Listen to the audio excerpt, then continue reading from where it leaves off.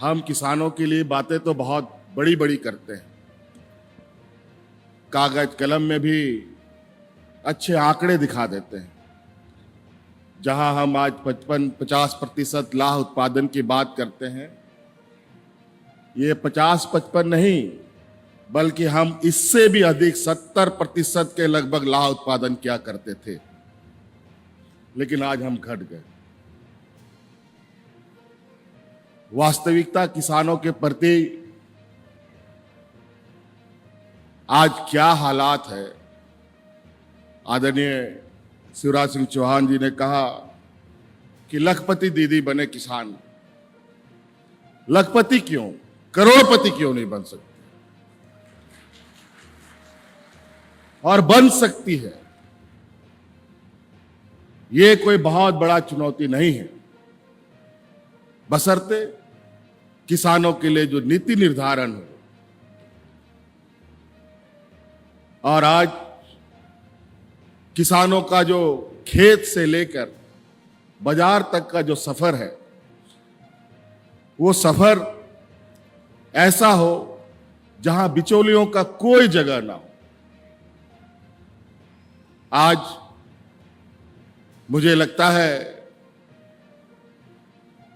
देश में बिचौलियों का जो जमात है वो इतना शक्तिशाली हो चुका है, इतना शक्तिशाली हो चुका है कि आज आपके मेहनत की गाढ़ी कमाई वो अपनी जेब में ले जाता है। मुझे लगता है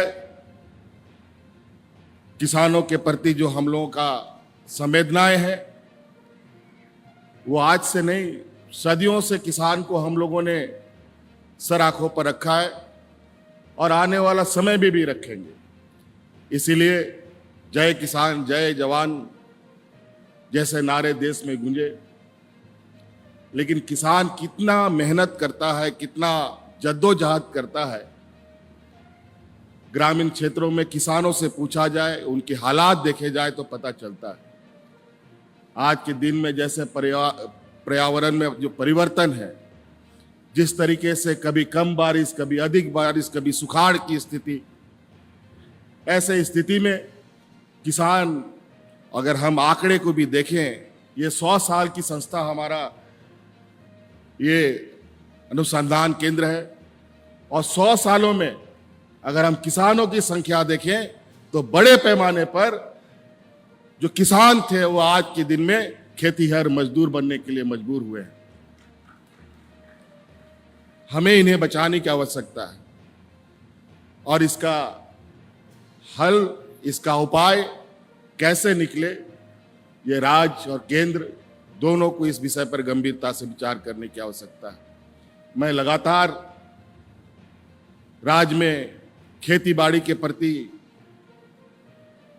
आम सभाओं के माध्यम से, नीति निर्धारणों के माध्यम से, सिर्फ जो मौसमी फसल है, इसके अलावा वैकल्पिक खेती की ओर कैसे आगे लोग बढ़े, इस पर हम लोगों ने लगातार काम किया है। और आपके इस लाह उत्पादन को भी हम लोगों ने कृषि का दर्जा दे भी दिया है। और आपको मालूम होगा कि हमारी सरकार बनने के बाद कोरोना का समय था, सब लोग जब घर में बंद थे, मुंह में मास्क लगा करके घर के अंदर भी रहना पड़ता था, तो उस समय मैं इस संस्था में मास्क लगा करके इस संस्था कैसे आगे बढ़े, किसानों को कैसे जोड़ा जाए, इसके लिए मैं काम कर रहा था। लेकिन खैर जो भी हुआ, हमें निश्चित रूप से आज की इस भौतिकवादी युग में किसानों को जीवित रखना, उनकी आय के स्रोतों में बढ़ावा कैसे हो, कैसे वैकल्पिक खेती को बढ़ाया जाए, कैसे पशुपालन की व्यवस्था को बढ़ाया जाए, इस पर हमें मजबूती के साथ आगे कदम बढ़ाने की आवश्यकता है और संकल्प लेने की आवश्यकता है कि किसान को हम कैसे आत्मनिर्भर बनाएं। इन्हीं शब्दों के साथ बहुत बहुत धन्यवाद। सबको जोहार।